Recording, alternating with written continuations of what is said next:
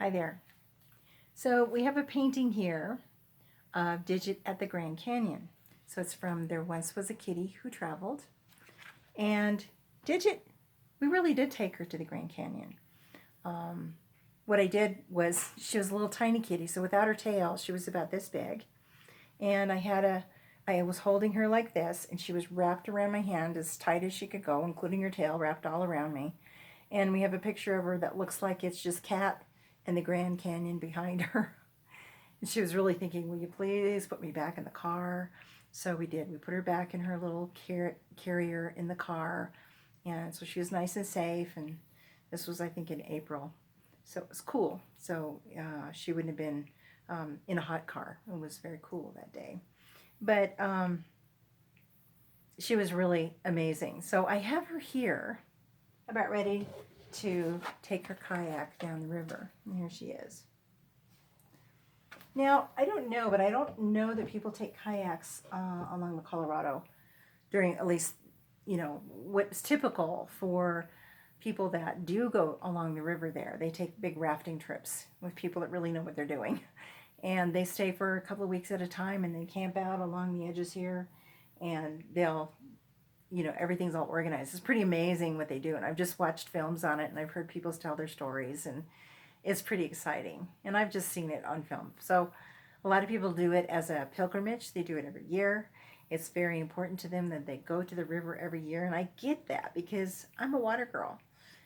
Everything I do is wrapped around water.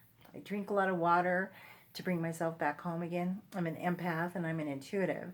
And so water is really key for people like me. So I go to the river, I go to a lake, I get out the pictures of the ocean when I've been there and just remember that. I have these apps that have amazing, like seashore or rivers running, and you can hear it. And I put that on, and I'm like, oh yeah, brings me back home again.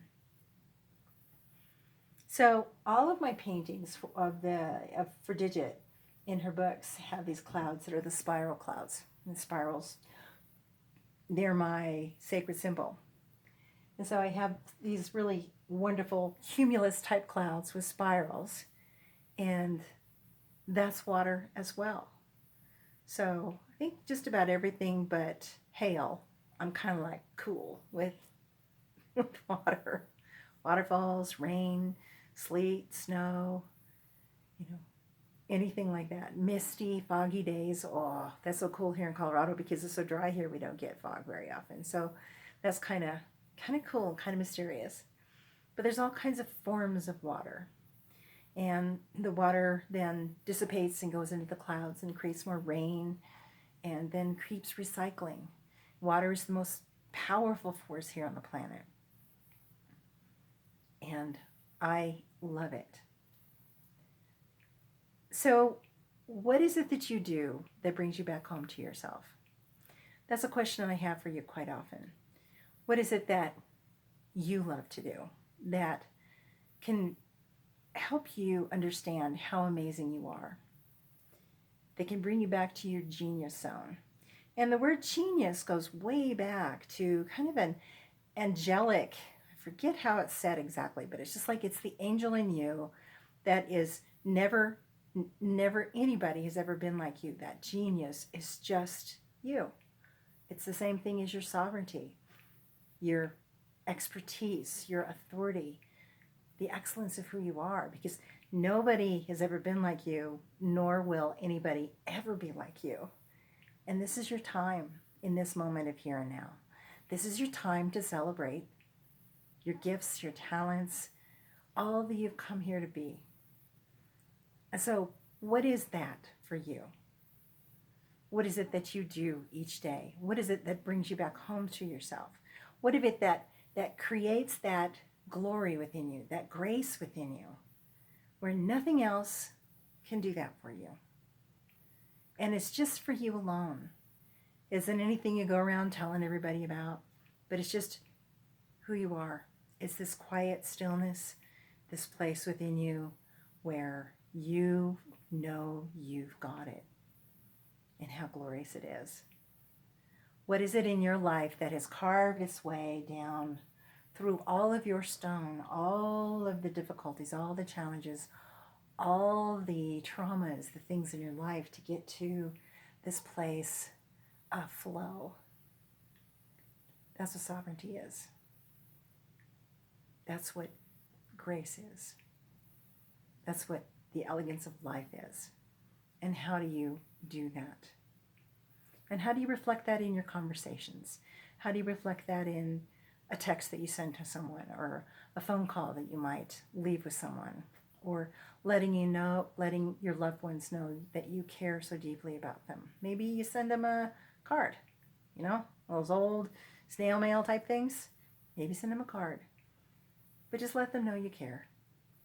But let yourself know how important you are, and that you care about you, that you take care of yourself, that who it is that you are is so very important, and that once you stand in the truth of that, then you can continue on in that truth in everything that you go about, because you're coming from a level of integrity, you're coming from that sovereignty, you're coming from that genius level in everything you do. And it doesn't have to be big and grand and some big, huge thing, and it can be, but it's really more about your integrity.